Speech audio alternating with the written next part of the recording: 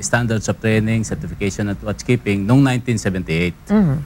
Iyon ay binuo dahil gusto ng International Maritime Organization na dahil nanggagaling sa iba't ibang bansa ang mga marino at kailangan sasakay sila sa barko na pag-aari ng kung sino-sino.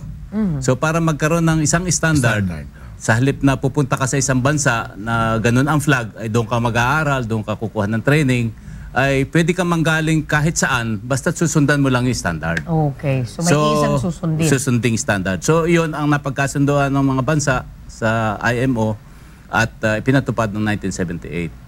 Ngayon, dahil sa tagal na noon, naisipan nila na i-adapt yung mga bagong technologies, yung mga bagong requirements na nasasaad doon sa mga pangangailangan.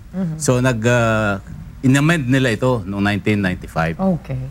Pagkatapos noong 2010 ulit, in-amend ulit kasi nga may mga modern technologies na pumasok katulad nung ECDIS, yung pagka nabigar ka sa barko, hindi mo na kailangan gamitin yung radar, meron ng special equipment na mag-guide sa'yo. So yung mga ganong bagay ay inadapt doon sa 2010 Manila Amendments. Kasama na yung planning at saka yung managerial skills ng mga management level officers. So yun ang ating susundin ngayon? Yun ang susundin natin, effective January 1, 2012. Dito naman niratify yun sa Pilipinas noong 2010. You were saying a while ago na medyo may kaguluhan. What is that kaguluhan? Una, Ana, gusto ko yung paalam sa ating mga viewers na kaya nagkakaroon ng International Maritime Organization Standards of Training, Certification and Watchkeeping ay sa kadahilan ng maraming mga sakuna sa karagatan na nangyayari. Katulad ng Titanic. Yun talaga ang umpisa. Dahil libo ang namatay noon. So, nabuo yan. Nabuo yung convention na yan. And then, doon sa 1978 convention, ang nangyayari dyan ay hinahayaan ang bansa sa kanilang kung paano nila ipapatupad yung mga standard na yon. Ngunit, sa nakita nila, may iba-ibang interpretasyon, iba-ibang paraan kung paano nila pinatupad. Kaya ginawa yung 1995 IMO STCW Convention para mapaganda pa. Pero sa kadahilanan naman, dahil sa may mga nangyari, nangyari yung Exxon Valdez, sa Anderson Sound, doon sa Alaska. Nangyari din yung MT Erika, doon sa France, na kung saan na-pollute yung karagatan ng France, yung beach nila doon. Kaya nagkaroon ng amendments. Amendment ito ng 1995 IMO STCW Convention. Ngunit, nakita rin nila na may mga bagong teknolohiya na at may mga nangyayari pa rin. Paano kaya natin ito ipapatupad upang ma-minimize pa rin natin ang mga maritime disaster? Kaya sinabi na ngayon dito sa Manila Amendments na hindi pwedeng kayo ang mag-i-interpret, ipapatupad ang naaayon talaga sa IMO STCW Convention. Okay, so that's loud and clear. Now, I will ask again, Engineer Marasigan, well, base dun sa napag-alaman po namin, ikaw ay isa sa mga tinatawag na maritime expert na kumuha ng training on the familiarization with the Manila Amendments, na ang nagbigay ng training sa inyo ay mismong magagaling na international maritime organizations. Pwede pong ipaliwanag sa ating mga audience kung totoo ba itong mga haka-haka na baliwala ang lahat ng mga training certificates dahil kinakailangan kukuha na sila ng panibagong kurso na naayon sa Manila Amendments. But bago niyo po yan sagutin, we will pause for a break.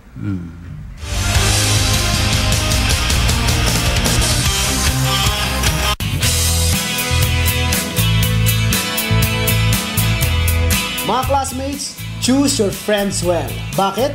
Dahil ang masamang kasama ay sumisira ng mabuti ugali. Mas makabubuti kung iiwas ka sa mga taong may bad influence. Okay? Ang payong kabred na ito ay hatid sa inyo ng Bread Society International at ng Classroom! Sige lang, aral pa!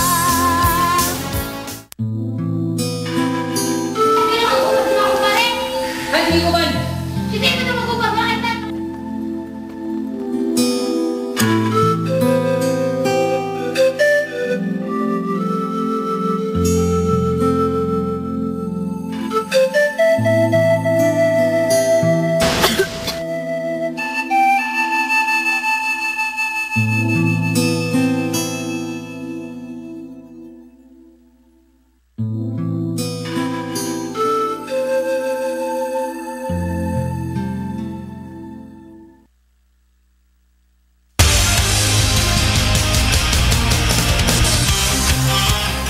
tayo yung nagbabalik at ipapasagot natin yung tanong kay Chief Engineer Mike Marasigan. Okay. Okay, napakagandang tanong yung Ani.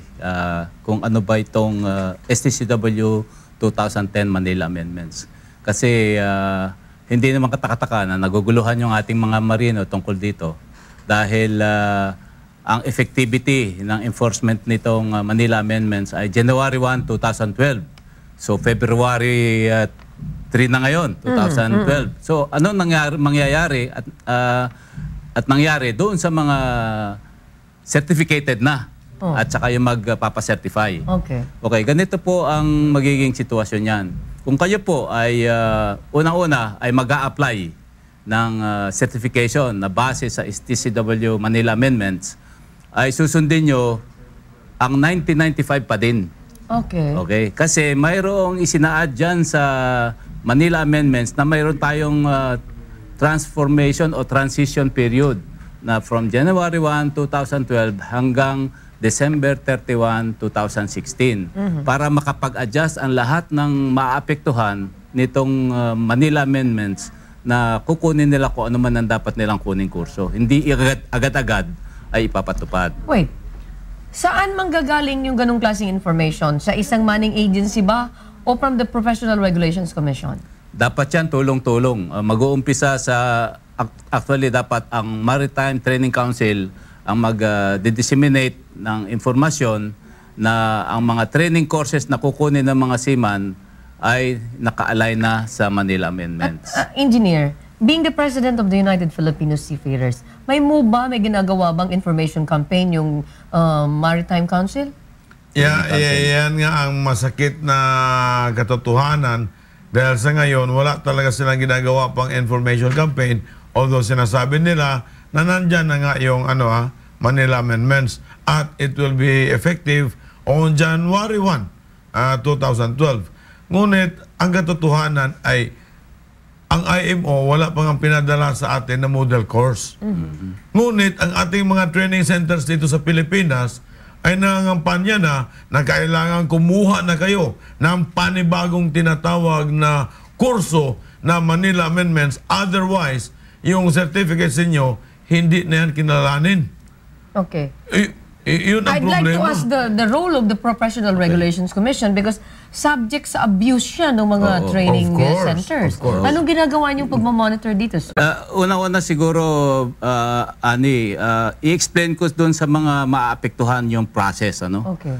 Na kung ang iyong certificate na in-issue ay aligned sa 1995 at let's say mag-i-expire ito ng 2013 o 2014. Okay. Hindi ibig sabihin ay pagbaba mo o habang nandito ka sa lupa ay kunin mo na lahat yung courses na sinasaad doon sa 2010 Manila Amendments. Hindi po. Intayin mong mag-expire yung iyong certificate at saka kakukuha ng training para i-revalidate mo. Alam mo, engineer, Hindi basta-basta. Kailangan sabihin ng training center, o kunin mo na yan dahil 2000